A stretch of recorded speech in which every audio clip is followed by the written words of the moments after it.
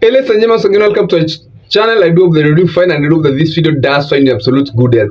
Now, first story of the day is that Rigathi Gachagua has publicly claimed that there's a deliberate attempt to try and eliminate his life. In a story and a statement that he has written to the Inspector General of Police, which I want to share with you, where he gives series of events that support his argument. Ladies and gentlemen, this is the story I've seen, but before I share with you, if you're watching this channel for the first time, remember to subscribe to this channel, and if you're my returning viewer, thank you very much. Like this video and you can drop a comment in the comment section. Now, this is what Rigathi Gachagua says. Former Deputy President Rigathi Gachagua has publicly claimed that his life is under threat, alleging a coordinated assassination plot involving state actors and hired criminals. In a detailed letter addressed to the Inspector General of Police Douglas Kanji and copied the President William Ruto, Gachagua outlined a series of incidents he claimed demonstrated a deliberate attempt to eliminate him. On 28 December 2024 in Shamanta, Nyandarua County, an inspector of police flanked by organized criminal gangs threw tear gas canister at me to scatter my supporters and create a vital avenue to attack me with an assassination intent. The Inspector of Police, well known to you, has not been disciplined for destabilizing peace and an attempted assassination. Now, this is a story that most of you know that happened in Nyandarua Shamanta some times back. I think this is during the first times of Rigathi Gachagua coming out to address public rallies and after his impeachment as Deputy President. Now, Rigathi Gachagua goes even further to give more incidents that are serious through the letter he's written to the Inspector General of Police, and he goes on and says, on 18th January 2024, the Kamkunji grounds at Nyeri town, at a prayer rally organized by the popular known Reverend Maina wa OTC, where his post Pastor Douglas Rigathi was preaching, an attack gang well known to the Inspector General descended on the congregation and took over the prayer meeting. My spouse had to be whisked away by our private security. The police in civilian attire joined forces with the criminal. No action has been taken.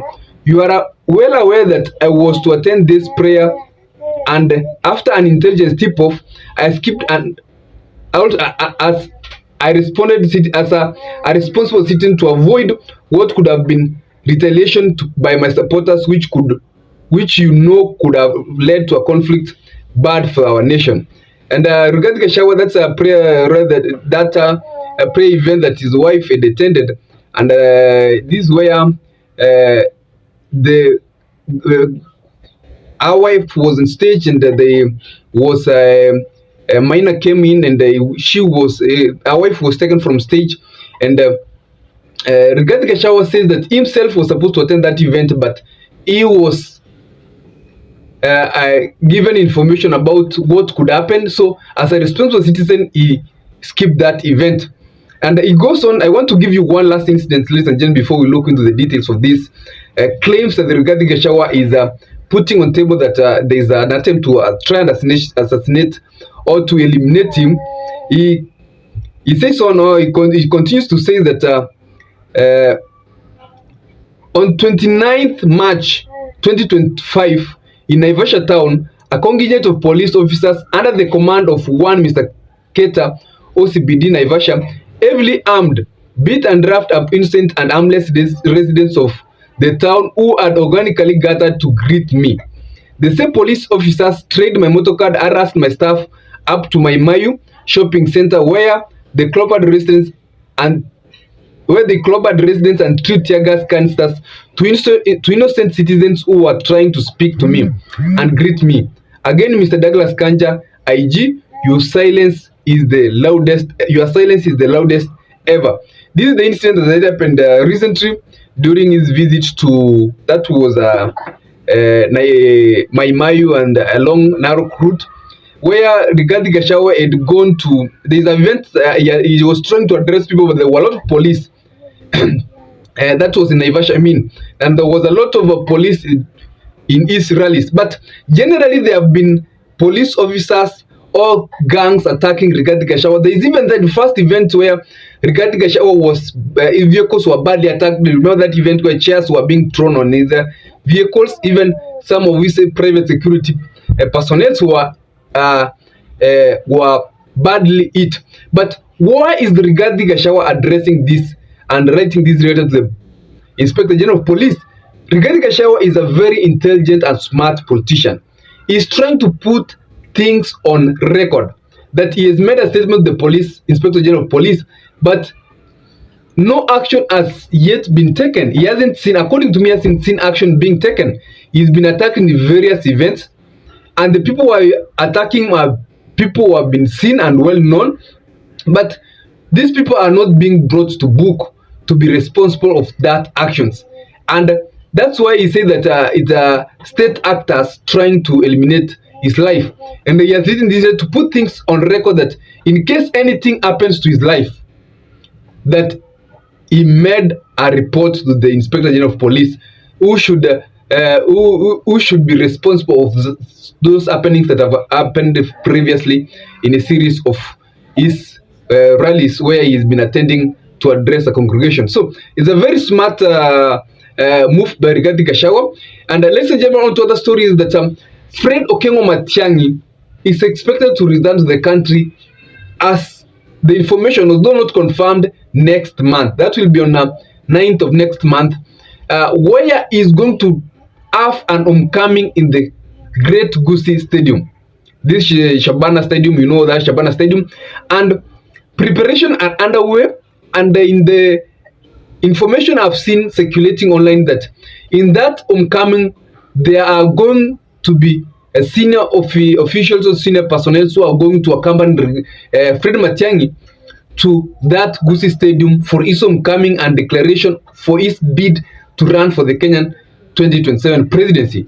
And one of the people who surprising, I will be waiting to see if this information will be confirmed. I'll be waiting to see if indeed these people will be in that Gusii Stadium.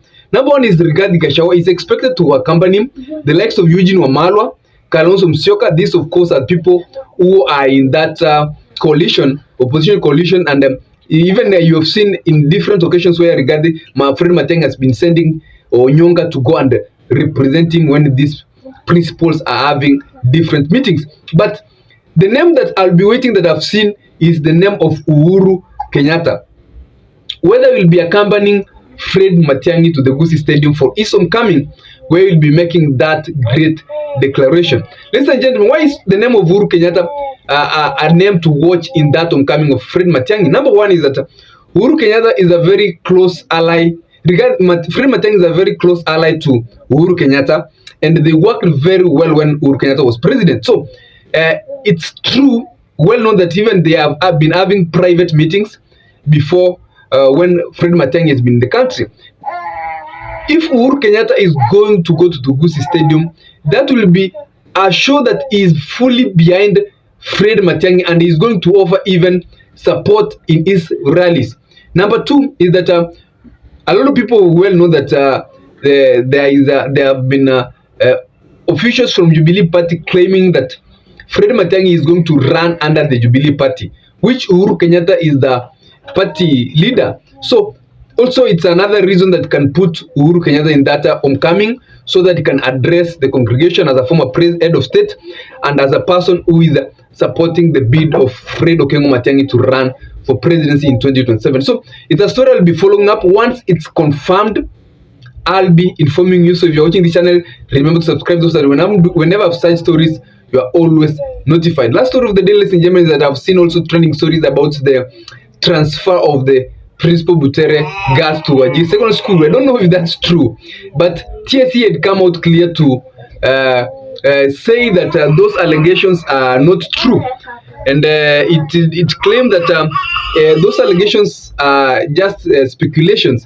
But as per yesterday, I was seeing different stories of claims that the principal has been transferred to Wajir Secondary School. I'll be waiting also to confirm if that's true, ladies and gentlemen. But should it be the case, it's very unfortunate, because the principal is just 2 months away from her retirement. So there is no sense, other than punishing her because of the drama and the things that happened in Nakuru. There is no sense of transferring a principal who is 2 months away from her retirement to a different school. doesn't make sense at all, and should that be the case, it's very, very unfortunate, and it should not be happening that way. As you can tell me what you think in the comment section about these stories: the return of Fred Okengo Matiang'i, the assassination attempt of Rigathi Gachagua and his life, and the events that he has online, and also the stories of the echoes of war that's been trending the entire week, and the transfers that we have been hearing about the principle, which does not very good for a democratic country. And Teacher Service Commission, although Teacher Service Commission had come out clear to say that those were just mere speculation. Otherwise, let's say, stay safe whenever you have a nice day, and drop a comment in the comment section. Have a nice day, ladies and gentlemen.